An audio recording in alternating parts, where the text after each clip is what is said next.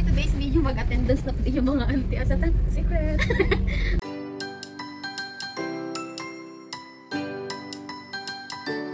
At tumisa? At ano pa sa lugar kung di inuwan? Wala mo. So, laag now. Pulubi later. Purdoy later. Laag now, purdoy later. Punta kami ng secret. Na-excited ako mo yung Pilipinas pa doon may airport. Oo, airport. Pero wala ako lagod medya na sa unahan na sa Jollibee. So, see you. Abangan nyo kung asa may mga dito kayo. Secret.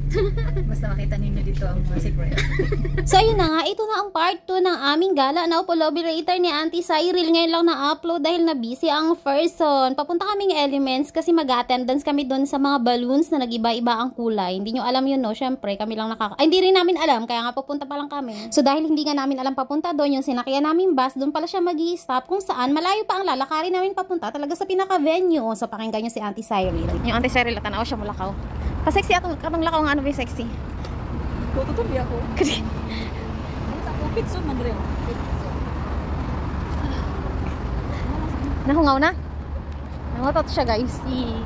At dahil successful na ang inyong Auntie Cyril, tumuloy na kami sa paglalakad na padaan nga pala kami dun sa may art museum. Napakaraming tao, mga estudyante ata, magtutour sila. And then sa park na to na napakarami ring tao nagpipiknik, nanonood ng sunset, may nagpapalipad ng saranggola na nakayapak lang, at may mga nagdi-date. O diba, sana all. And then nakarating na pala kami dito sa pinaka-venue ng mga balloons na nag-iba-iba ang kulay. West K Nightscapes yung tawag dito sa lugar, pero nasa bungad pa lang po tayo dahil malayo-layo at mahaba pa yung lalakarin natin para makarating talaga tayo dun sa mga balloons. O, di ba yung isa dyan nangati na siya?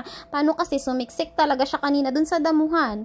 Actually, parke din pala ito na malapit sa dagat. Mas maganda yung view dito ng sunset at makikita mo rin yung mga barkong dumadaan, mga yate, at mas maraming nagte-tent dito at nagdi-date. Yes! So, yun na nga, at last natanaw ko na yung balloons, pero dadaan muna tayo dito sa may tabing dagat para mag-seaside sightseeing. Hindi ko alam kung tama yung term ko, pero kayo na ang bahalang umintindi. Basta yun na yun. So, ayan, nandito na tayo sa mga balloons. Tinouch ko siya kasi gusto kong malaman kung malambot ba siya or matigas. Kasi feeling ko pag nasa malayo para siyang bula ng sabon. Yung pag naglalaba kayo ganun na ganun yung itsura niya. Actually, mamaya pag madilim umiilaw yan, nag-iiba't-iba daw ang kulay niya. Kaya antayin natin siyang mangyari yun mamaya para makita natin kung gaano talaga siya kaganda. At dahil may masipag tayong videographer, photographer, / director, ayan, sundin natin siya. Sabi niya, tumakbo-takbo daw ako at i-edit yan mamaya to slow motion video. O, diba?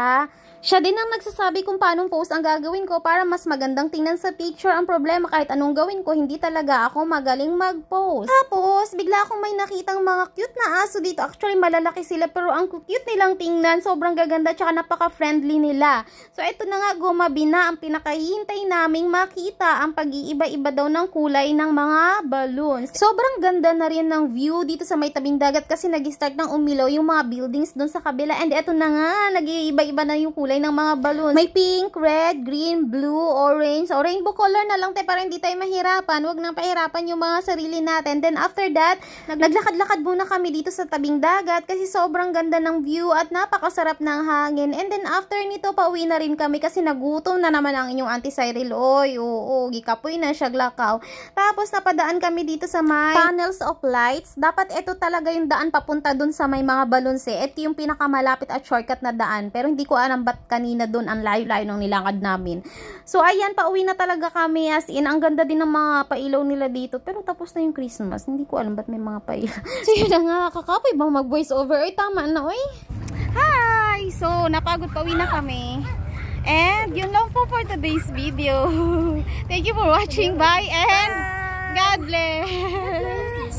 Saranghiya. Saranghiya. Rasa. Rasa. 감사합니다.